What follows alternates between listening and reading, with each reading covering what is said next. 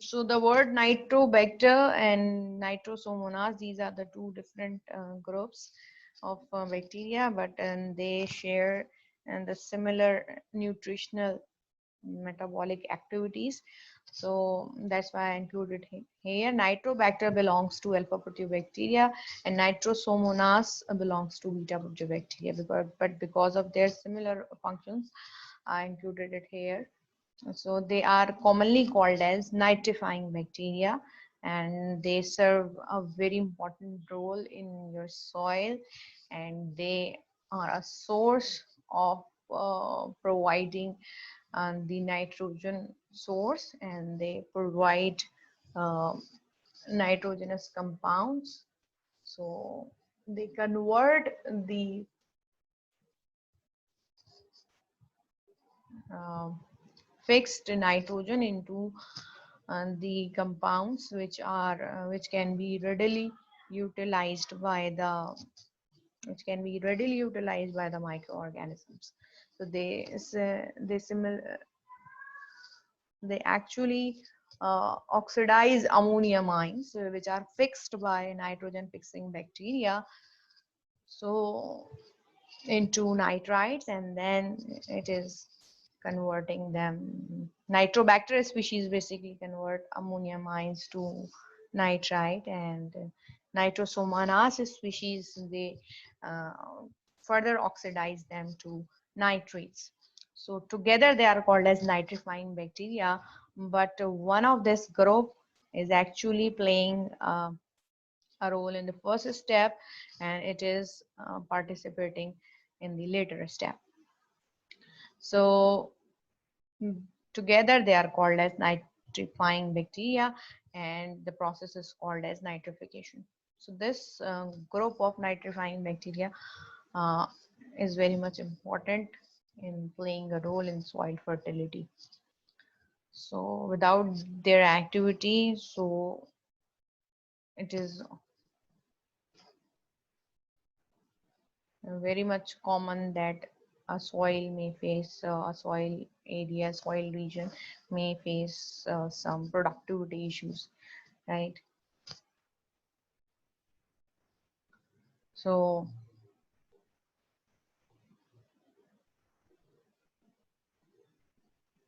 nitrate basically is that form that is commonly utilized or readily assimilated in the plants. So without the presence of nitrates, it's the productivity of the soil, it gets reduced. Right. Another very interesting member of this group that is very much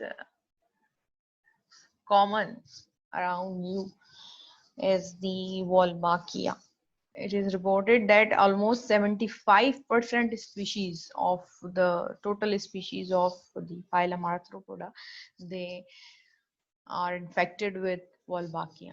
It is one of the relationship which is known as the endosymbiotic relationship, right?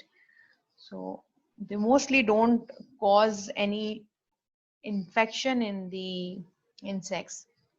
They live inside the cells of insects, but definitely they are offering some benefits to those parasites. Now, since it is living in the cells, so it's not usually culturable. It is not detected by the usual culture methods. So its presence is so essential in some nematodes that if the bacterium is killed with some antibiotics, so the host form dies. So definitely it is participating in some of the essential functions for the nematodes. So this endosymbiotic relationship is must for some nematodes. So this is very interesting. I found it very interesting that one of the bacterial species is that much important to the nematodes, and not only nematodes, there are so many other insects in which it is participating its role in very important functions. So for nematodes, it's one of the survival threat if this organism is not present, right, or killed. So again, an assignment for you, that you need to search that what role actually Wolbachia is playing, right, in the life of nematodes, right? So you can share your responses on the WhatsApp group, right? Another important function this particular bacterial species is playing is that it actually can turn males into females by interfering with male chromosome, right? So for nematode it's essential, but for arthropods like in some flies in Drosophila, it is one of the common bacterial infection. So it can interfere with the sex determination of that insect, right? That it can turn males into females by interfering with male chromosome. How? As you can see in the picture, that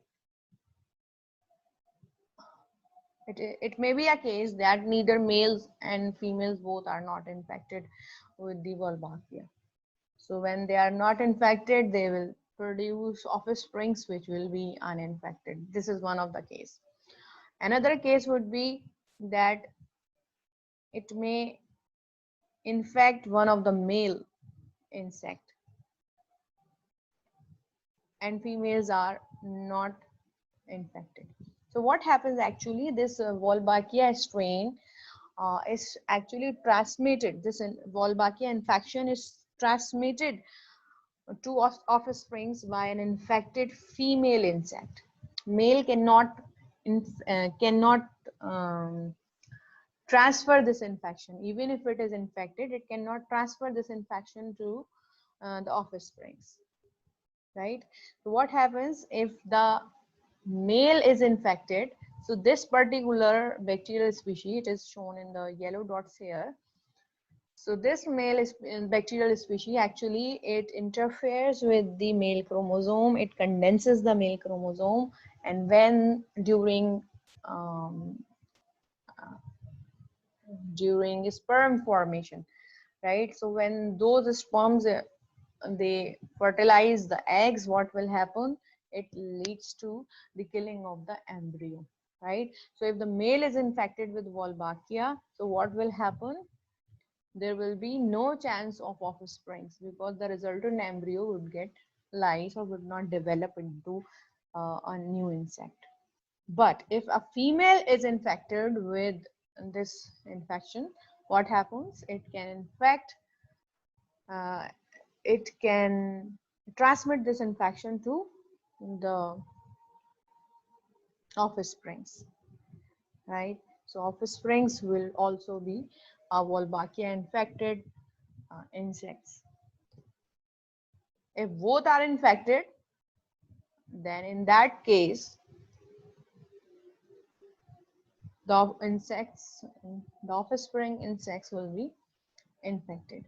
And alone, if a female is infected, so there is a process in insects you have heard about, parthenogenesis. So what happens that in parthenogenesis, a female, it lays egg, and these eggs, without being fertilized, they are transformed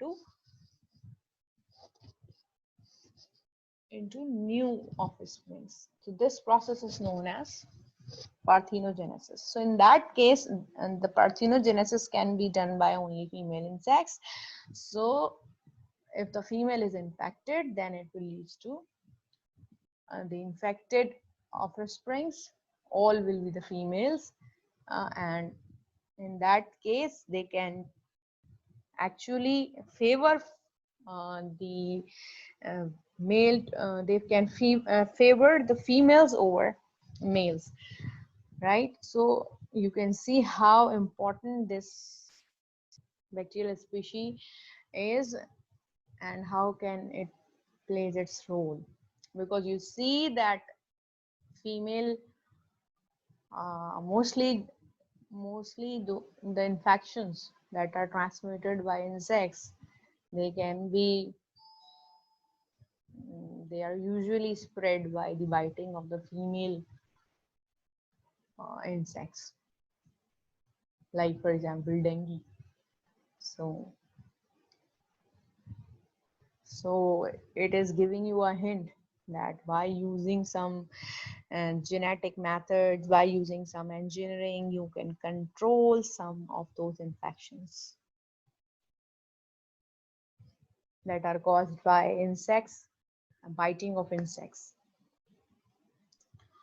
And there is a strain of Wolbachia which is called as popcorn strain, and it causes the host cells to lyse or pop, which eventually kills the host insect.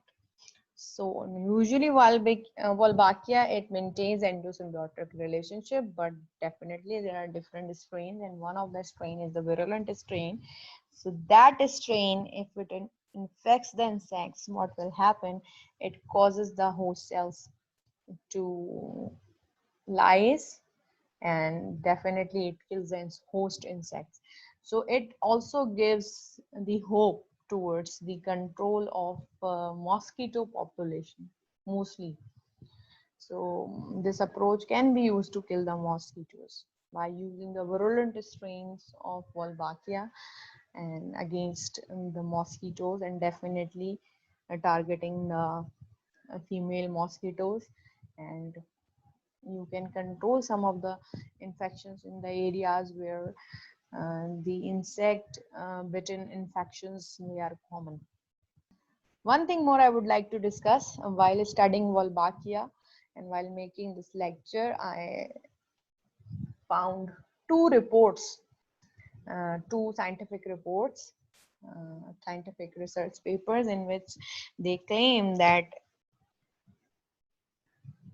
some of the Wolbachia strains, it makes the insects resistant to the viruses, viral infections. So those strains, they may also play a role in breaking the life cycle of those uh, viruses. They may interfere with that viral replication, and they make themselves resistant against the viral infections by keeping those Wolbachia strains inside their cells. So this is one of the hope that you can use this Wolbachia strains for fighting with the viral infections, particularly RNA viruses.